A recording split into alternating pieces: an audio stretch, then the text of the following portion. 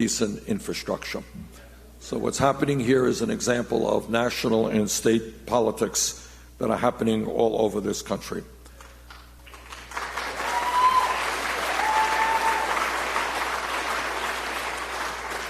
So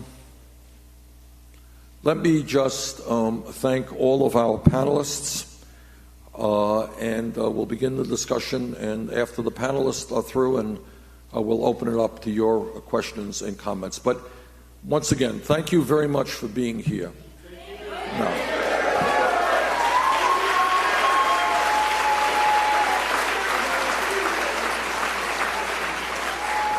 and I once again hope that out of the tragedy of what the residents of Flint are experiencing today will come fundamental changes in national public policy regarding cities and towns all over this country. Okay.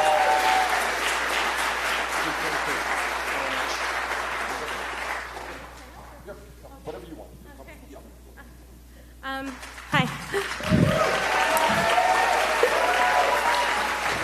So I tried to introduce myself to all of you beforehand. My name is Tamara Rubin. I was born in Saginaw, Michigan. I now live in Portland, Oregon. My children were lead poisoned 10 years ago and have permanent brain damage as a result. My son Avi, I try not to cry, but my son Avi has 130 IQ, which is, they talk about IQ loss, and that's not the problem. Even though he has 130 IQ, he has visual memory in the 4th percentile because of his lead exposure, so he can't read. And my other son, AJ, has severe gastrointestinal distress constantly. He's 13. I think the last 2 weeks he's missed 5 days of school. And I'm here for you as an expert on lead, because basically after my kids were poisoned 10 years ago, I decided to dedicate my life to this because I couldn't believe that this was happening all over the country. And I started a nonprofit, the Lead Safe America Foundation. We're a 501c3, and then I decided to make a documentary feature film on it. We started again in 2011, and we're going to be showing the film here after we're done speaking. And I invite you all to stay and watch it because it's a crash course in lead and what happens to children after they've been exposed to lead, and the history of the corruption of the lead industry in our country and how powerful the lead industry is. I mean, people don't know that the lead industry is still a powerful industry, a player. And I think one of the reasons that this crisis is so emblematic is that it's just another example of the lead industry deferring blame away from themselves and onto local governments and onto people and onto infrastructure, when there's actually a much bigger picture here. There's an industry that created this problem, and they need to be held accountable.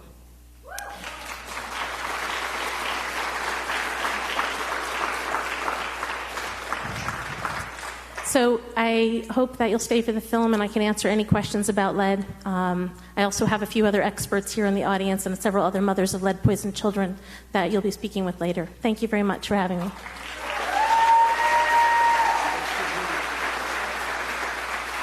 Hello. My name is Toy Lowe. I am here representing Breastfeeding USA.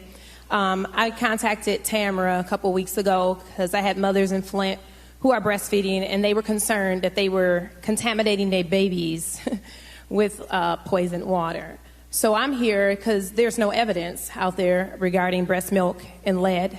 So I want to get the information so that we can pass that information on to the community so that these mothers can feel safe feeding their babies.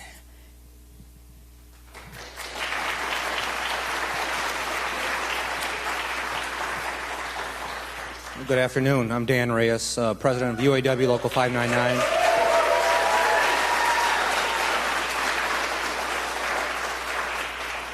I'm here to represent the UAW as a whole and to let you know that we are here for you. The community is our community. We have thousands of members that live in the city of Flint and that have been affected by this poisoned water. But most of all, if we break it down to what our members are, we are mothers and fathers of children that are being poisoned and grandparents of children that are being poisoned. And we are not happy, to say the least, with the situation. So we are doing everything that we can to be involved in the cure. We already know, we've played the blame game. We know where the fingers point, although they like to deflect that, but we are still pointing the finger in the right direction.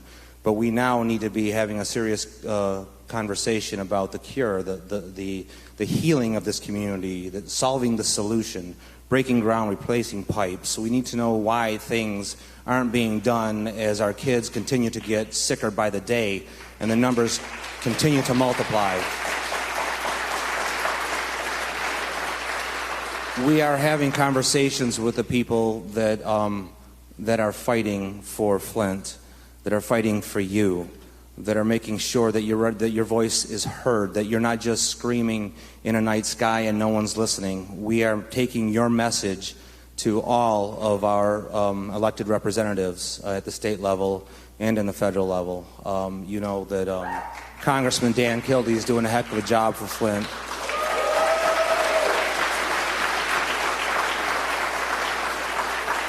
And you know that you're being heard when we have Senator Bernie Sanders here.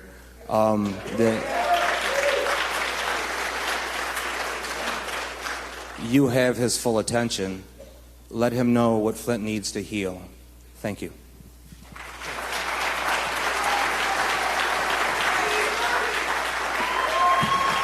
Okay, let me just start off by asking a few questions. How much are people paying a month for poisoned water? What's the answer to that? How much you paying? How much? $200? $200? Is that about right? $150? $300? All right, so you're paying $150, $200, $300 a month for water that you cannot drink? What about showering? Can you shower or take a bath? All right, so we're getting to another issue. All right, issue number one, general agreement. People are paying huge amounts. They're paying 4 times what I'm paying in Burlington, Vermont for poisoned water. That's a fact? All right, is there any discussion in this community about saying that people should not have to pay outrageous prices for poisoned water? Question, is there any discussion? Yes, sir, stand up, please. Currently, our legislation is passing that we are going to be having 65% of our water bill paid. 65% is not 100% of accountability. There's legislation that would reduce the water bill by 65%? Is that what I'm hearing? Pardon?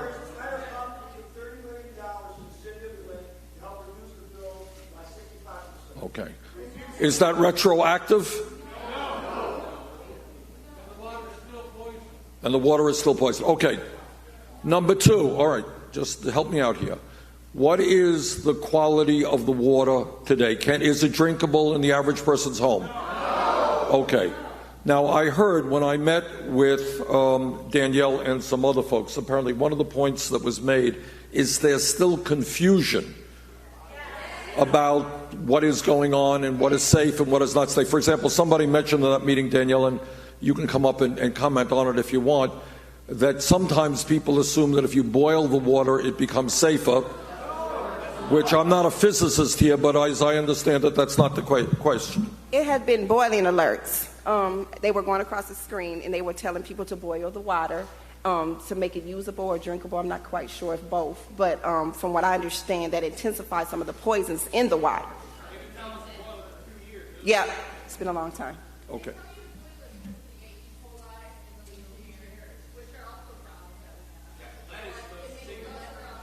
So there is still now lack of certainty, or I am hearing that boiling it is a bad idea. Is that what I'm hearing? Okay, but do people know that? All right, so first of all, at the very least, it would seem to me, again, I speak as a former mayor here, is you got to get information out to people as to what they should be doing and what they should not be doing, all right?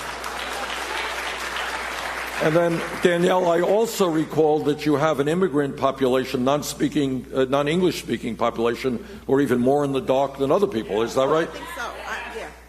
I get, through my nonprofit, I always get questions about people. I can't speak another language, unfortunately, so I try to refer them to somebody who can help them. Right. So we get questions about that all the time. Okay. All right. So help me out here. If I am living in an average home here in Flint and I want to take a shower, I want to take a bath, what happens?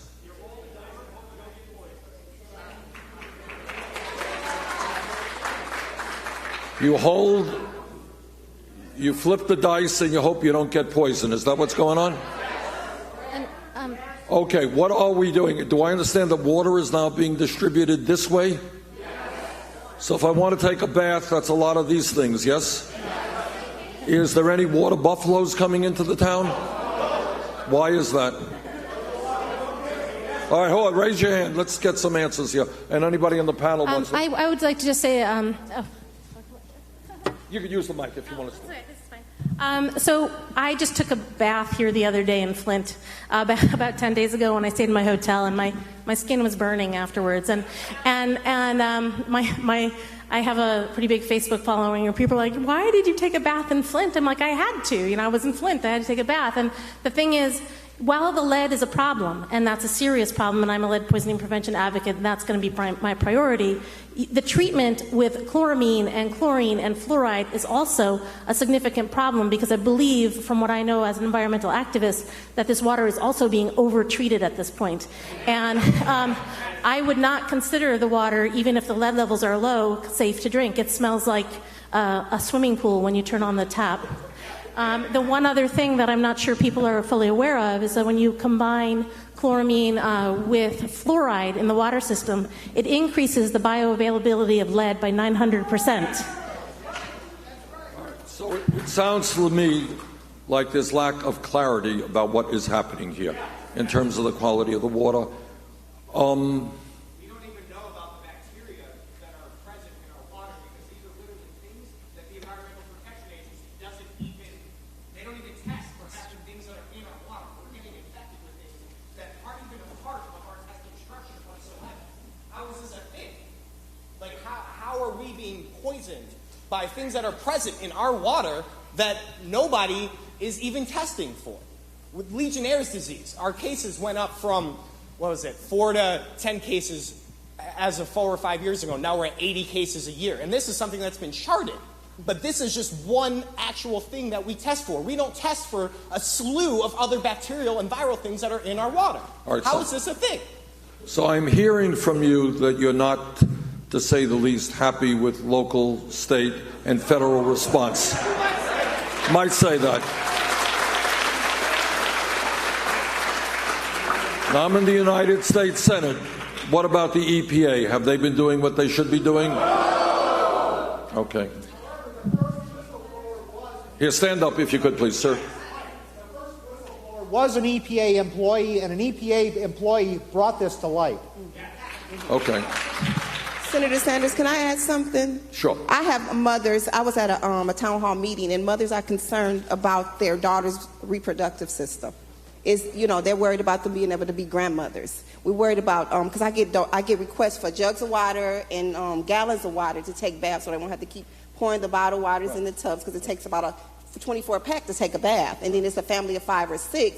So we got families that's worried about, their future generations. Not just immediate, but 10 years, 20 years down the line. Can I say something Sure. about that?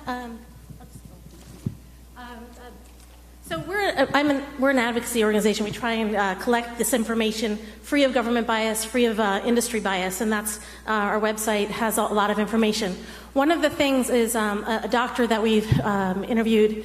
Her name is Dr. Felicia Rubito. She's with Tulane University, and she recently did a study showing that a blood lead level as low as 0.4 to 0.5 can cause an increased risk of low birth weight in newborns, miscarriage, and other birth and fertility issues.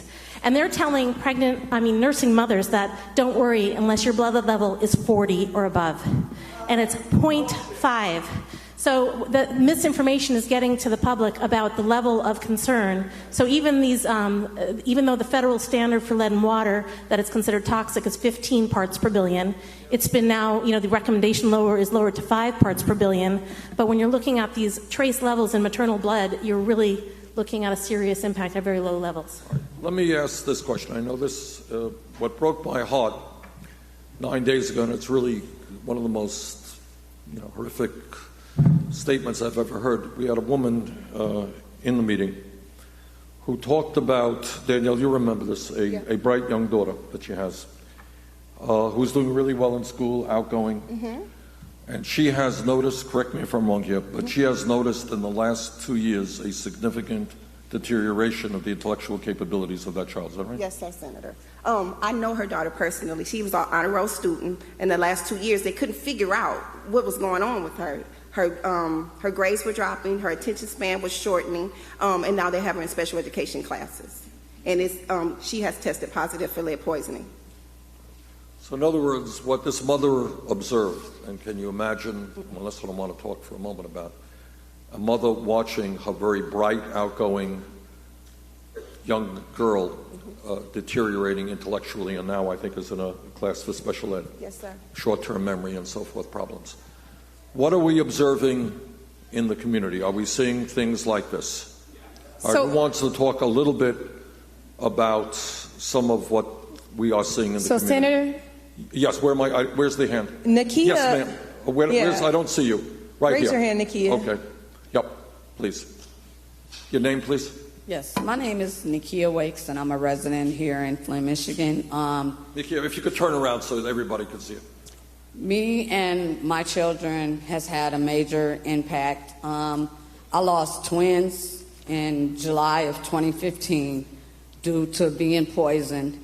Both of my kids have tested positive for high levels of lead. My son has been suspended 56 times this year in school. He's in the first grade, and he doesn't even want to attend school anymore. So this is a real problem here in Flint, and I would like to know, after this President campaign, what would you do to help us here in Flint? Okay. I'm happy to try to answer that, but let me get back to it. Do you attribute your son's behavior to the poisoning that he's experienced? Yes, sir. He's been at the school 2 years. He's at International Academy of Flint. Last year, he was suspended 1 time. Like I said, this year, since the exposure of my son's lead, he has been suspended 56 times. I feel like they're going to fail my son because, he's been out of school. And I took the paperwork to the school that he's been affected by this lead.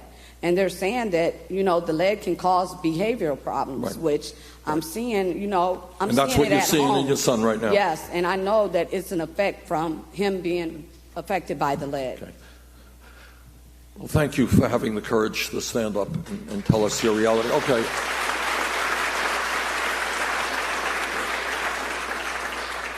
Okay, can we get a mic over right here, please?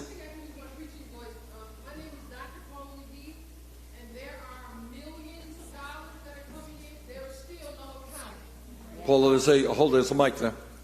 There is still no accounting. And we have reappealed the emergency manager law, but our governor, and I'm not going to call him out of his name because I'm trying to use civil discourse, but every time we make a statement, a political statement as a community, he can change the laws.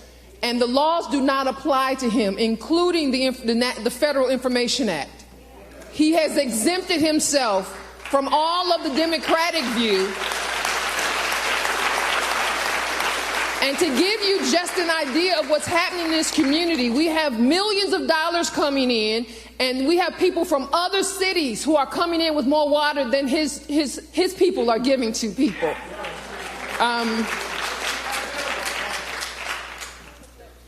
And we are not getting all the information. EPA, we think that they're finally here, but they change their information every other week. And we have been talking about this for years. And just to give you an idea what the money looks like, that if you moved here and you got a new place, they charged you $450 deposit, regardless of what your credit statement was. And then they said, even if you never used your water, you were going to be charged a minimum of $52 a month. So if you can imagine people in this community who are used to, a few years ago, it was only $30 a month for your water. And so you're about to move into a new apartment. You have to do first and last, but now you have to come up with $450 just as the deposit. And people were saying that this water is brown. We're getting rashes, and they continue to ignore it. So what I'd like to see, and I'm sure many of the citizens were here, we'd like to make sure that if our governor can appoint an emergency manager, we want him to have an emergency manager. Because he has demonstrated that he cannot lead this community. And he has demonstrated, the citizens here have said we've had enough. So we want somebody in place that can lead this community and not just give us a Band-Aid solution. If the billionaires at Wall Street can get billions for the mess they made and get bailed out, then we don't need Band-Aids of 38 million, 28 million. We need numbers like billions, period.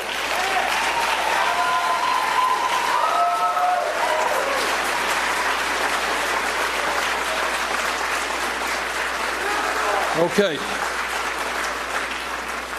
Other comments, simply, straightforwardly, what's going on in the community? What are we seeing with our own eyes? Woman right there. Yes, ma'am. Please stand up. Hi, my name's Allie. I'm a resident of Davison, which is about 10 minutes out, and I'm a member of the Flint Youth Ballet, so I'm around lots of my peers that live in Flint. And it's heartbreaking to see some of my best friends go through this water crisis, to go home and not be able to shower or just drink water. See my younger students tell me, my family can't afford to go out and buy water bottles, and now it's starting to affect our car payments, and we're so focused on the water. And now my mom is a nurse anesthetist. She works at McLaren Flint. She didn't know what was going on at the hospital, and now people aren't trusting her.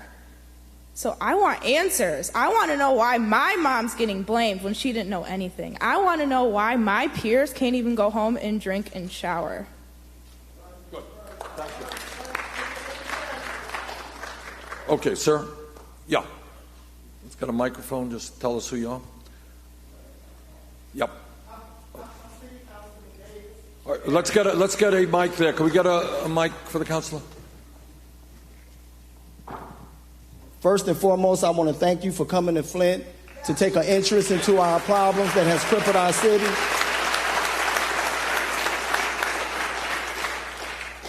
I wanted to say something at first, but when the lady made a statement, the young lady, I want to make a statement to that, if I may, but it's going to educate you as well. For the last 30 years, this city has had $9 billion come through this city. $9 billion. We was the first industrialized city, third economically in the nation, predicated and profounded on General Motors. General Motors left. We are considered today the second poorest city in the nation. We have 42% of the people that live in this city are in poverty. We have 40% of the people that live in this city read below a 6th grade level. And we got almost 40% of the people that live in this city has felonies on their record. This problem that we're suffering from right now, I have to be honest with you, it's a genocide that is attacking the low, moderate income people who are considered poor on all ethnic groups, from white, Hispanics, Chinese, however many it is. And that's what this problem is. I've been in council, I've been in government for 3 years, and this city doesn't have a tax base, and I've never heard a discussion about creating a tax base in this city. We have the best colleges. Kettering is one of the best engineer schools in this country, and people come from all over the country to go to this school, and I know that the plot is to turn this city into a college city and run the low, moderate income people out of here. Our water bills is $140, $150 a year, but what people is not explaining to you is when you're not able to pay that water bill, it goes on your property taxes, and you lose your home. I paid $1,000 last week so my home would not be taken, and it was a water lien that I could not pay some time ago, 3 years ago, and I just paid it so I wouldn't lose my home. And that's what this problem is, and I want to explain that to you, young lady. Now, let's get to the resolution, Mr. Sanders, the resolution to this problem. It's a $1.6 billion issue that we're suffering from. We haven't came up with a plan to figure out how much we need at the minimum level to get the ball rolling. Bottled water, eventually it's going to cease. When national media stop looking at Flint, everybody's going to leave us alone. The governor asked for a declaration, a disaster declaration. The mayor asked for a state of emergency. It's word verbiage. The president wouldn't give us the disaster declaration because he said it wasn't a natural disaster. That's word verbiage. It's just word semantics. The way that you get it, and you can help us, Senator, we have to word it in a way that we can look at it as a natural. Water is a natural resource. Body is comprised of 75% water. You can go without food, but you can't go without water. People are dying from Legionnaire. How much do we have to say in order to declare this a disaster? But that we can get the money that New Orleans got and move this city forward. Thank you very much. Councilman Juan-Tuez Davis. Let me just say this to you, and let me respond to the councilor. It seems to me that if the city does not have the resources, if the state does not have the willingness, then in fact the federal government has to acknowledge this is an emergency situation and act accordingly. If we are looking at children being poisoned and perhaps suffering irreversible brain damage, if that is not an emergency, I just don't know what an emergency is. Now, the other thing, you talk about the impact, and other folks have as well, this leading to this, possible losing your house because you can't afford a high water bill. Let me guess that the value of housing in Flint is not doing terribly good lately. Is that a fair guess? So your property taxes are going to go down and your ability to fund city government. And not too many people, I suspect, are knocking on the door right now to try to move into Flint. Is that a fair statement?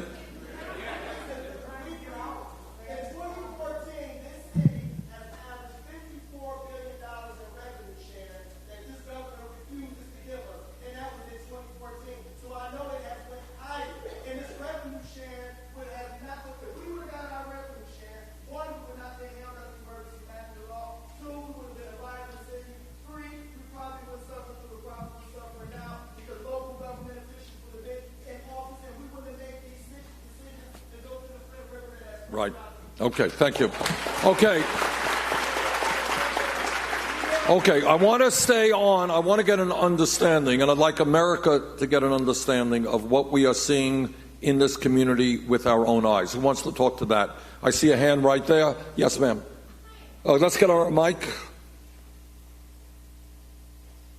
So I am a volunteer at the Autism Support and Resource Center.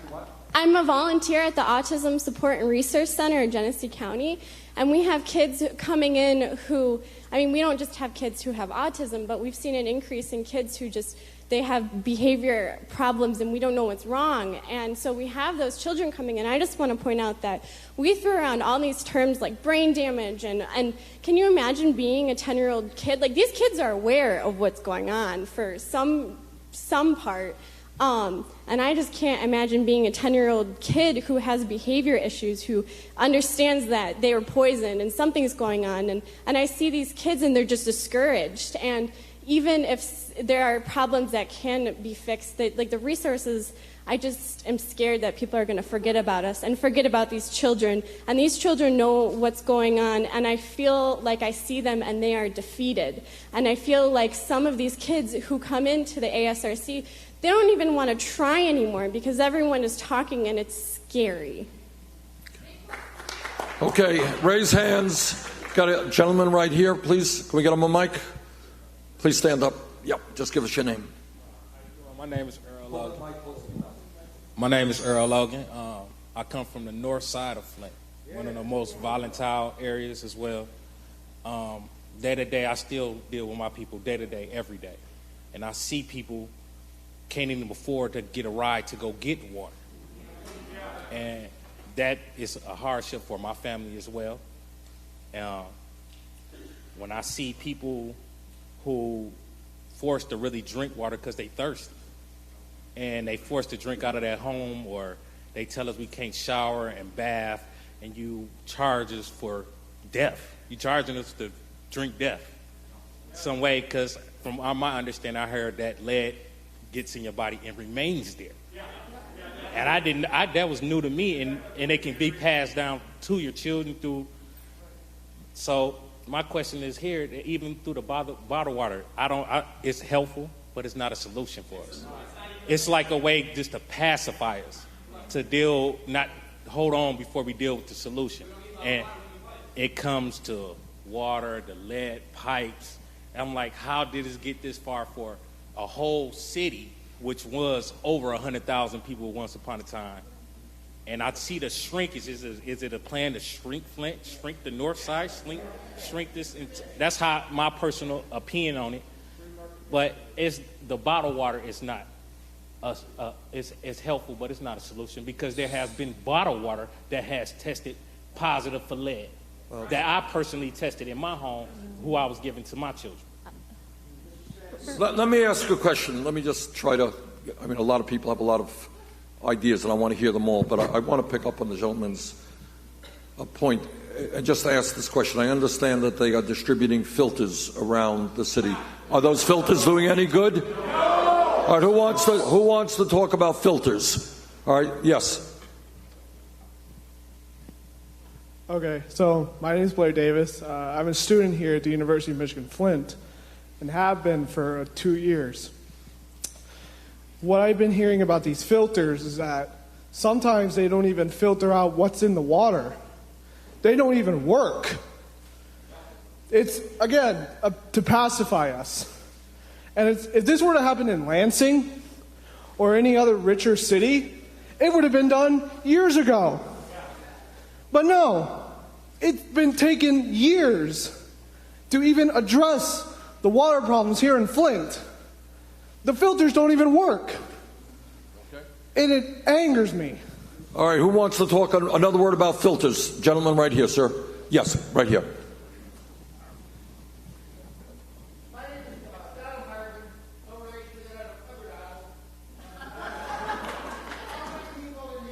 Use a filter. Raise your hand. How many of you people know that if you run hot water through that filter, it will destroy that filter and no longer be effective? A lot of these people know that, but when they give these people these filters, they don't tell them that if you run hot water through it, and I've seen the video clips on the news of people washing their dishes running hot water through these filters, which destroys the filter, is no longer effective. It's just something to make the politicians feel good. We'll give them some bottled water. Let me ask you this question. How do you do your dishes if you don't have hot water? You have to use them. I have a dishwasher, but the quality of the water is such that it is destroying the dishwasher. It starts to corrode. You have no choice. You have to take a shower. You have to wash your dishes. The only solution is replacing the pipes, giving us good quality water, and not giving us bottled waters and filters, and then saying, we've helped you out, everything's okay. Senator, I'd like to speak on the bottled water. Oh, yeah. Dan? Okay, well, one. Dan? Okay, so the brother over here said that the bottled water is healthy. There's several different types of bottled water. There's distilled water, there's spring water, there's purified water. Okay? Purified water, when ingested at long periods of time as your sole source of hydration, is bad for you. Okay, there's nothing in there. Purified water is empty. It's void of any nutrition, any minerals, anything. Even that purified water, if you look on your bottles, I see right there, the bottle you have, is that purified water?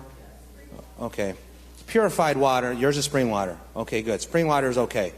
Purified water, even if it's fortified with traces of minerals for taste, is not enough to fortify your body. What purified water does is it strips as it passes through your body, it pulls out the minerals that are essential for you for good health and takes it with it. Okay, so when you get rid of the water, you're getting rid of the minerals. So what you need to do, and for long-term use of purified water, long-term use by definition for purified water is about 3 weeks. Okay, if it's the sole purpose, if it's the sole source of hydration for you. So you need to be taking some sort of a supplement. All right, let me ask you this, what I don't quite understand. Maybe I'm missing a point here. But when you have water emergencies around the country, what I usually see is water buffaloes, large tanks of water. But we're not seeing them in Flint at all. I mean, it takes a lot of these things to do a bath, correct? All right, who wants to speak to that issue? All right, I got a woman right here. Yep, get her a mic. Hi, my name is Desiree Duell. I'm a community artist and activist, member of Flint Rising. The response has been totally inadequate from the state government. It is the activist groups that have translated information into Spanish and Arabic. It is the activist groups that actually know where the distribution sites. It is the activist groups that have canvassed all over the city, making sure that people get their information, that have done the billboards. It is the activist groups that have done all this work, and the response by the government, especially the state, has been zero. And we continue to do this as we are sick and we are poor. I am also a single mother who lives below the poverty line, and so are all of the people that are working in these groups. We are not getting paid for this work, and yet we continue to be victimized by having to help and heal our own community when the state is not fulfilling the response that is needed. Okay, get the gentleman a microphone. Get the gentleman a microphone. Hi, my name's Aaron Stevens. I actually traveled here from Lansing to come see you. So I'd actually like to address two different points. One is the water buffalo tank issue. So I'm a student at Michigan State, and for a while now I've been organizing, like helping send relief effort here, getting bottled water drives going, like several of the, maybe more of the social fraternities you see really, really bad in the news. They actually have been organizing some good things, and that's a good, baby step in the right direction. What I have understood about the water buffalo issue, and I've called people in government about this and tried to get information so we could get those out there, is that sometimes the actual the metal containers can contaminate the water itself, and because so much water is flowing into the city, they can't ensure that the water's safe coming from all those tanks. Now, that is not me. That is just what I have heard. Again, that is just what I've heard trying to organize relief here. But I think this problem goes further than just Flint. Somebody brought up the Freedom of Information Act. The fact that it doesn't go to the legislature and the executive office is absurd. The fact that you're going to be voting for your representative or your governor and you don't even know what their campaign contributions are and who's lobbying them is absurd. I truly believe that is where the issue is going to start, and that's where the issue is going to start again when the next thing happens. So I think it starts with the government, and I think they need to be held accountable 100%. Okay. I see a woman right here. I want to offer some information. In terms of getting water delivered, you can call 211 for water delivery. I'm a county commissioner. Are you having a problem with that? There's a number that you can call the sheriff's. You can also call the sheriff's department, and it's a little faster. I wish I had it right with me, but I would like to get that information out. Okay. Okay. What? Okay. It's been hard to get information out. The county's been spent about $1 million so far in terms of health department and sheriff's department over time to make sure that some deliveries happen, and more needs to happen with that. If you would, when you have concerns about the rashes and about certain things, try to contact the health department. We keep trying to get information out. It isn't always easy to do, and I don't have all the answers. In terms of, for instance, Legionnaire's disease, the Board of Commissioners found out about the same time as the general public. No, really. I can tell you, well, unless maybe the board chair, but I can tell you for a fact, we heard about Legionnaire's at the same time. And the night Rachel Maddow came to town, I was in my office with the guy from the health department saying, tell me what's going on. And he brought me a stack like this, and he talked about how early on, and that was about a year ago, but the Board of Commissioners didn't know. Right, let me jump in and ask a question, picking up. Thank you very much. Let me just ask this. I want to divert the discussion a little bit. When did we, now I heard something, and tell me if I am right, that General Motors itself learned about the quality of the water before the general public? Is that right? Okay, who wants to speak? Senator, Who I will wants to speak on to that. I will All right, speak Dan, on that. Dan, why don't you say a word on that? No, General Motors only stand up. General Motors reacted, and it's the plant that I work in. The plant reacted to it was rusting the engines that we build. Okay, had nothing to do with lead.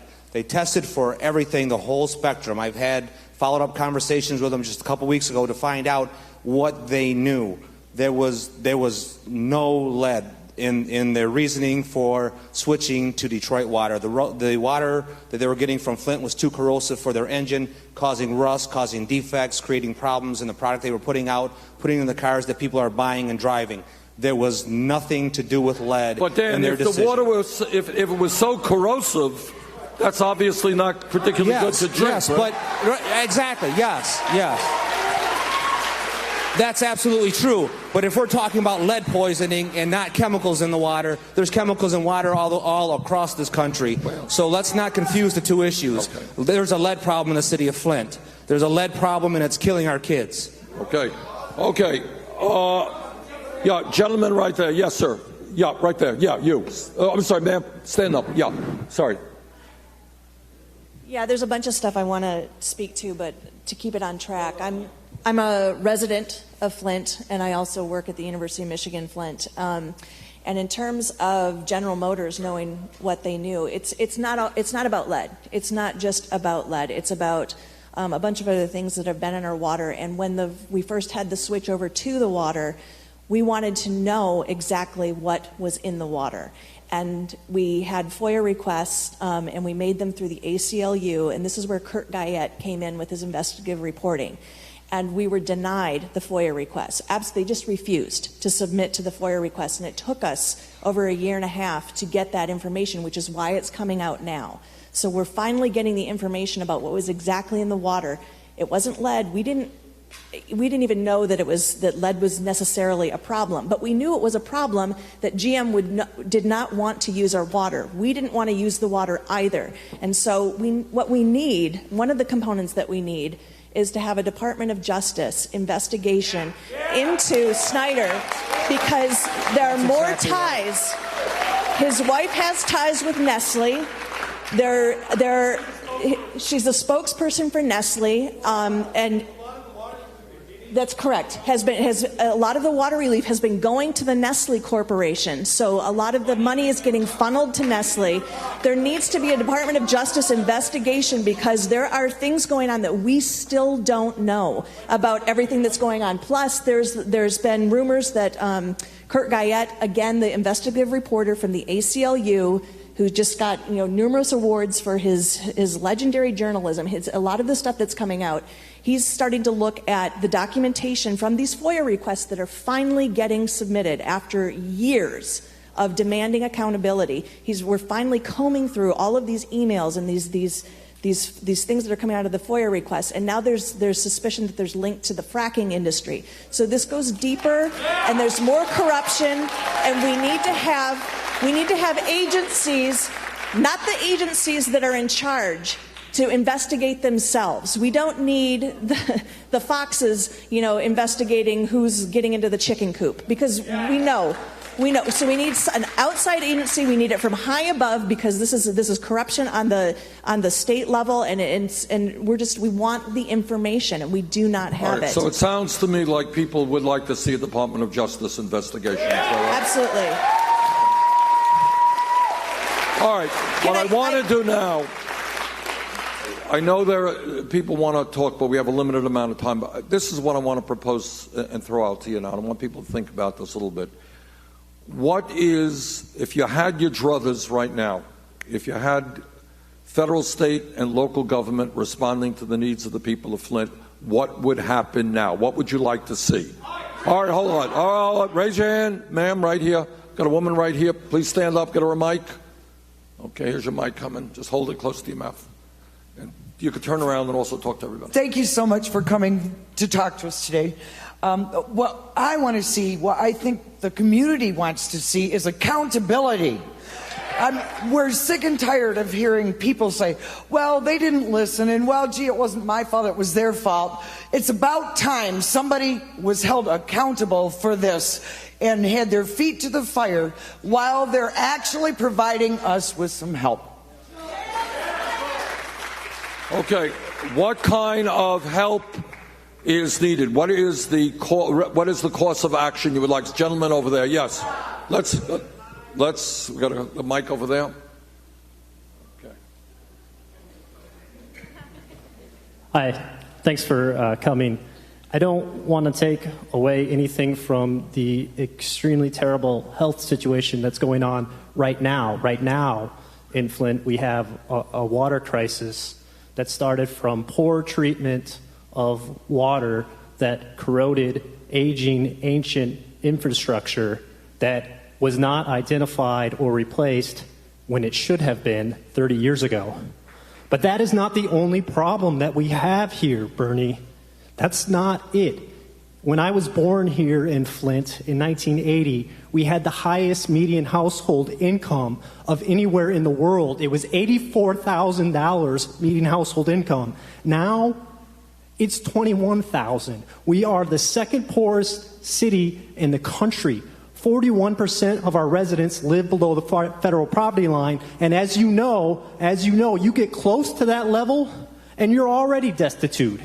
We have 1 in 3 structures in this city that need to be torn down. We have a $100 million blight issue in this city. We've been in the, top 3 most violent cities of the country for how many decades? Decades, Bernie.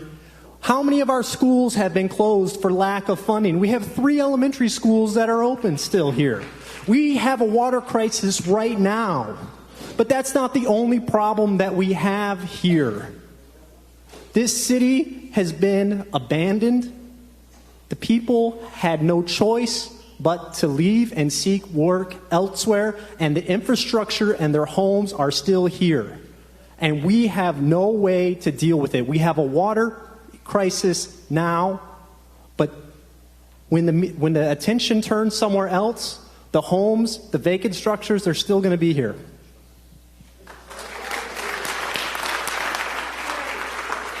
I just wanted to pick up on your very cogent statement. It seems to me, and I'll be brief on this, that in a general sense, this community is impacted by disastrous trade policies.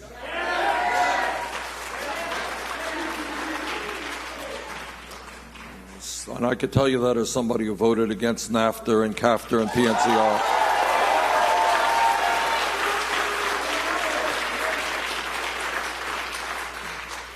And in Flint, the situation may be more extreme, but all over this country, our infrastructure is collapsing. All right, and that is why I'm proposing a $1 trillion investment to rebuild our infrastructure.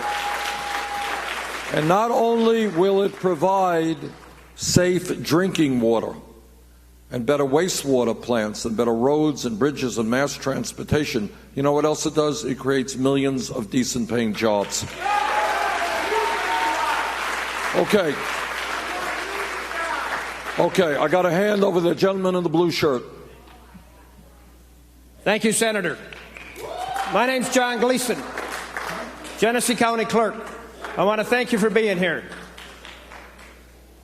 I want you to just think about this date, September 14th, 2014. There was a letter from my desk. I served in Lansing as a senator as well just a few years ago. From my desk to Governor Snyder's about this water situation. Now, he's saying he just learned the last few months. He has a letter. I have it on file. I give it to every single news agency in this area about the water in Flint, addressed to him directly to his desk. And I mentioned in there, as you just mentioned a moment ago, about the water buffaloes. That is highlighted in September of 2014. Now, this is what we have to do to fix this. We have to find out where the lead pipes are. Most of you just read in the last few days that they can't find between 11,000 and 15,000 houses even though they looked for 2 months. What we need, Senator, we need you to take this back to Washington. You must invest. You must invest in software. Whether it's in Burlington or Flint, Michigan, this old structure, we have to be able to retrieve the deeds and the titles and the easement for the water mains that were put in these ancient cities. As you as mayor would know well, we have those documents on file. I'm the Register of Deeds for this county. We must be able to retrieve the land documents. In Flint, Michigan, the last 2 months, they've gone through index cards. Right? That's what they went through, index cards for these properties. If you would be kind enough to help your cities and those across the country, especially Flint right now, we must put those documents on software so that we can retrieve them. We have every one of them. We can scan those documents in days, scan them, and then put them on the software. But we need to do this across the country. Bay City is in the same situation Flint is, just an hour north of here. But if I could ask you to remedy one thing, if we're going to remove the lead pipes, we have to know where they are. And please dedicate some of the hundreds of millions of dollars we're talking about to just a few $100,000 to software for these older cities. That would be great benefit to all of us. Thank you. Let me just. Okay, I see a hand over there. Can we get a mic? Stand up, please, ma'am. Yeah. Hi, my name is Sue Bailey, and my brother-in-law owned a water plant in Grand Rapids. So I just want to clarify something before everybody gets misinformation. It's actually distilled water that will take the minerals from your body and not purified water. I just double-checked with him again. He said it's not purified water. Perfect pH balance doesn't exist. But it is the distilled water that will take you. And I don't want people to have misinformation. So thank you. Okay, other comments? Yeah, we got a woman right here, ma'am. Yep, stand up. I just wanted to point out, somebody has already mentioned the fact that Nestle's is very heavily involved in this, and the governor's wife is on the board. If you look at all the water that we're getting donated and people are buying all over to bring it here, it's either Nestle's water or Ice Mountain, which is owned by Nestle's, and Zephyr, which is also owned by Nestle's. This is a corporation that is making billions of dollars by stealing water from other communities and then selling it to people that need it because they're getting poisoned.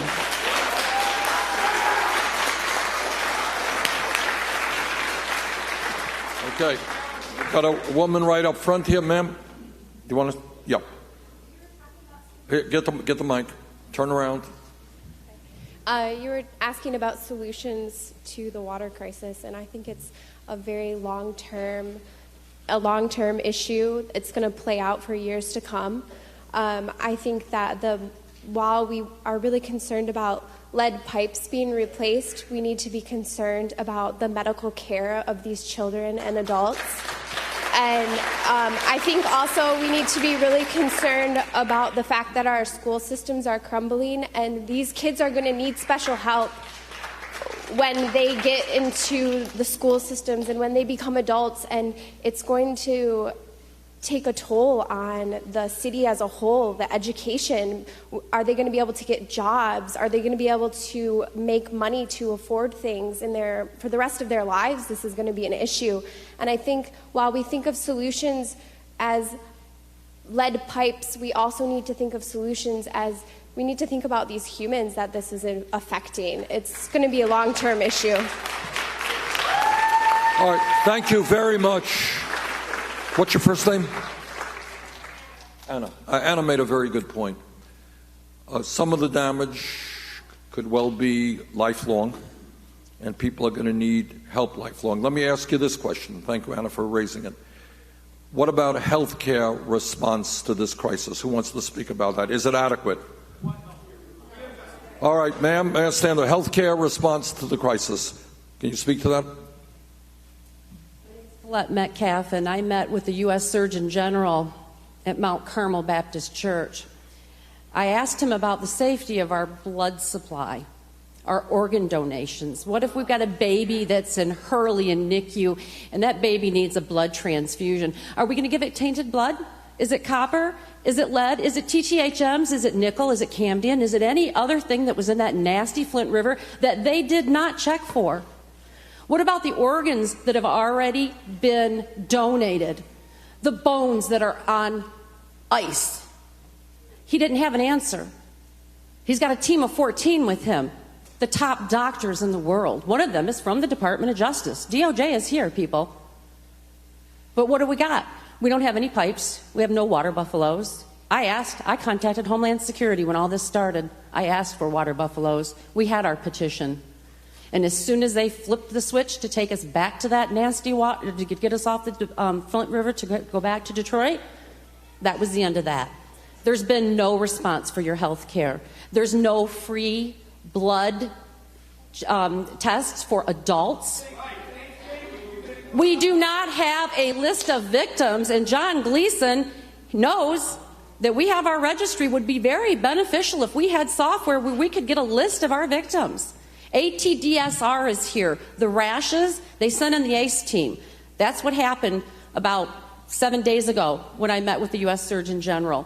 But this is scary. This is real. We've been neglected. I live in Burton, but I've been poisoned too. I have 30 family members. One of my little cousins, his level's at a 5.5.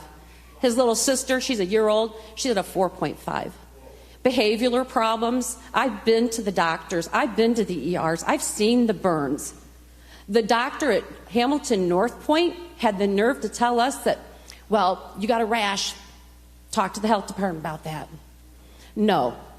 I told him I had no respect for him. And how dare him say that the rashes and the burns are not from that water. Yeah, gentleman in the back there. We got a mic. Stand up. Yes. Yeah.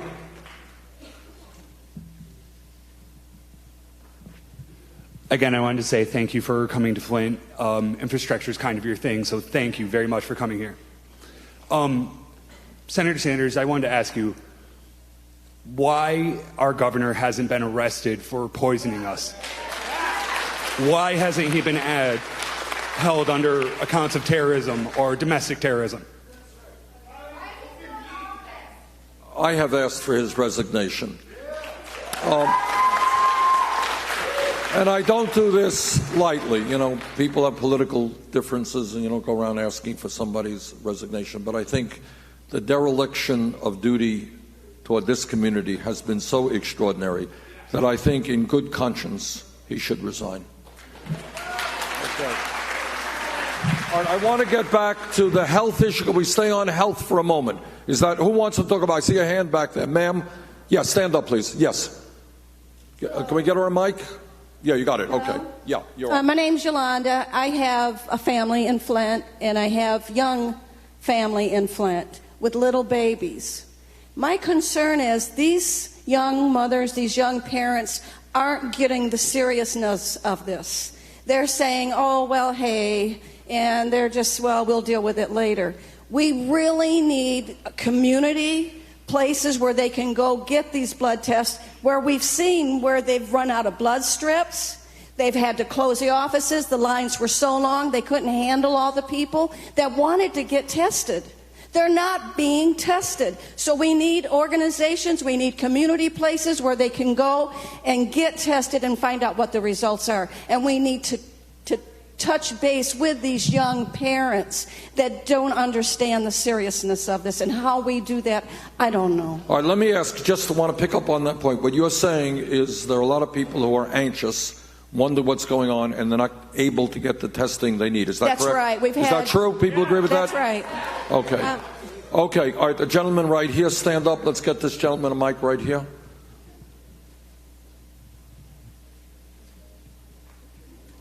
Hi, everyone. Thank you, Senator Sanders, for coming.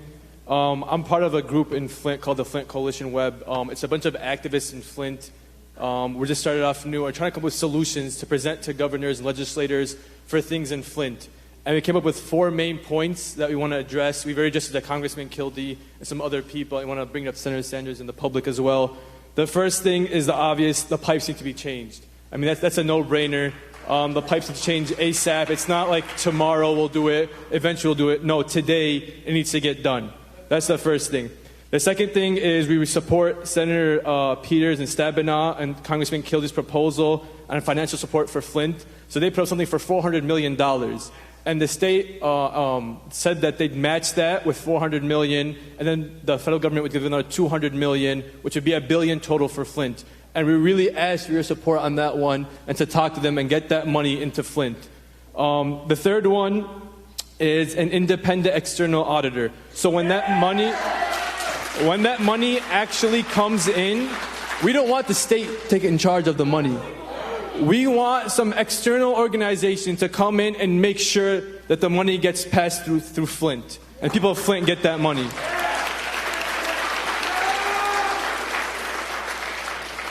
And then the last thing is to keep that money in Flint is also to make sure that people hired to do the job are from Flint. So the idea is you create more jobs in Flint, create more infrastructure, bring in the tax revenue. And the thing is, changing the pipes, like I said, it won't be overnight either once we start. So another 2 years. That's jobs for people for at least 2 years. Income coming in, rebuilding the city back to the way it was. Thank you. Last thing I just want to say, the Sylvester Broom Center offers free lead testing on Saturdays. So if anyone wants the Sylvester Broom Center, free, it's on North Saginaw Street. Okay. All right, Tamara wanted to say something. Please come on up here. I'm going to be brief. So my nonprofit gets in-kind donations from companies that can help. And so I've been trying to bring free blood lead testing to Flint now for over a month. And tonight we're going to be testing. We're testing adults and we're testing children over 6 because children of any age can be poisoned. Because of the snowstorm, we can only test 30 families tonight, and I think we already have them lined up. But I'm going to come back. I have they'll test as many people as I want them to test. We're also bringing free water testing, and primarily I want to test people who have filters. I want to test the filtered water for you, and that's also being donated to my nonprofit. So please help me help you by help me get the word out that we're doing this. It's leadsafeamerica.org, and you can follow our blog. How can people get in touch with you? So the website's leadsafeamerica.org, and I have 200 free lead paint test kits out there with a button, and our contact information's on the side of the button, our website, my cell phone number, my email, and our Facebook page. So we'll be back. All right. Okay, we're going to have to bring the meeting to a close, and I apologize. I've got to get to Chicago in a little while. First of all, thank you all for coming out here this afternoon. Well,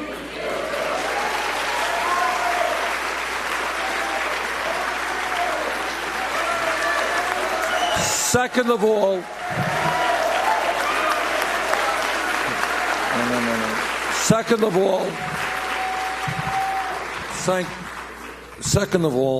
thank you for your courage. There are a lot of people, when faced with this horrific situation, would have kind of cleared out of town or given up. You are fighting back, and I applaud you for doing that.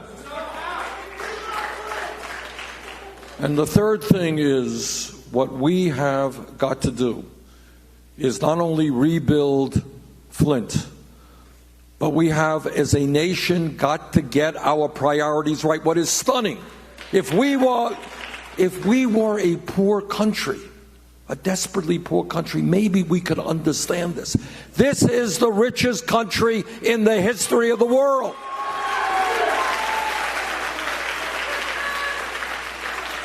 And you have people out there talking about hundreds of billions of dollars in tax breaks for the top 0.2%, but apparently we cannot adequately fund cities and towns throughout America. All right. Flint can be a leader, and that's what you're doing in changing national priorities and saying that every city and every town in this country is entitled to a strong infrastructure, good health care, good educational opportunities for their kids, a good environment. If we get our priorities right, that's what we've got to do. Thank you all very much for coming out.